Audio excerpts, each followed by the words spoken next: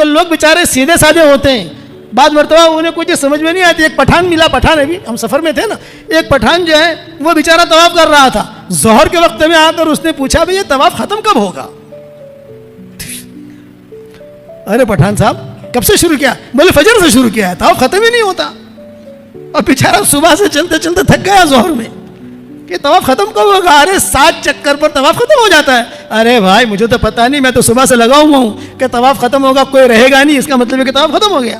یہ تو جو ہے چل رہا ہوں تو لوگ آ رہے ہیں, چل رہا ہوں لوگ آ رہے ہیں, سیدھے سادھے آدمی ہوتے ہیں. مسجد قباء میں ہم گئے, ایک بڑھیا بیٹھی ہوئی کہتی تھی کہ اللہ پاک تیرے نبی کا عمرہ بہت آسان ہے, تیرا عمرہ بہت بھاری ہے, کہ تیرے عمرے میں بہت تھکتی ہوں, تیرے نبی کے عمرے میں نہیں تھکی. وہاں جا کر 2 رکعت نماز پڑھ لو, عمرے کا ثواب ملتا ہے کہ تیرے نبی. اور ایک ہدیہ اور مختصر سا, آج کل لوگ بہت پریشان ہیں, جس کو دیکھو اور انہیں پانے کے لیے کاروبار نہیں ہے, میں ضد پر آڑا ہوں. قرضہ ہو گیا, جنات پریشان کر رہے, نظر لگ گئی, حسد ہے, اور قرضہ چڑھ گیا, قرضہ دیتا نہیں ہے. یہ ہے بھئی ہم تو جگ پیر ہے نا, جگ پیر, اس لیے ہم کو جو لوگ پوچھتے ہیں تو میں اس کا آسان علاج بتاتا ہوں آپ کو. ویسے ہر آدمی کے گھر کے 4 کونے ہوتے ہیں, کمرے کے, کوئی بھی کمرہ ہو. آپ کے محل ہے, آپ کے پاس کئی کمرے ہیں, ایک کمرہ خالی پکڑ لو آپ, ہر کونے میں روزانہ آیت الکرسی پڑھا کرو اور دم کر دو بس.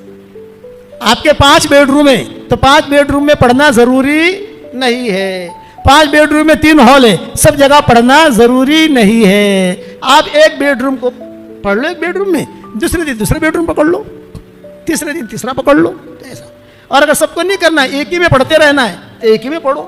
4 کونوں میں 4 مرتبہ آیت الکرسی پڑھو تو اس سے 2 فائدے ہوں گے. یہ جتنی پریشانیاں ہیں وہ پریشانیاں بھی دور ہو جائے گی انشاءاللہ, اور اللہ مال بھی بہت دے گا. یہ حضرت عبد الرحمن ابن عوف کا معمول تھا, روزانہ پڑھتے تھے.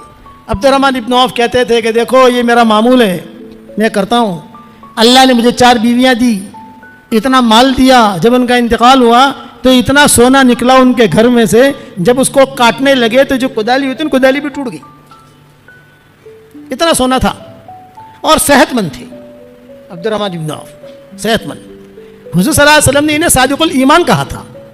جب حضور کا انتقال کا وقت قریب آیا تو مائیں بیٹھی تھی آپ کے انتقال سے پہلے, تو ام سلمہ نے پوچھا حضرت آپ تو دنیا سے جا رہے ہو تو آپ کے بعد ہمارے گھر خرچے کا کیا ہوگا,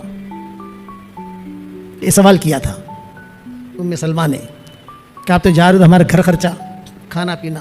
تو حضور نے آنکھیں کھولی اور یہ فرمایا کہ ایک صادق الایمان آدمی آئے گا جو تمہارا پورا خرچہ اٹھائے گا.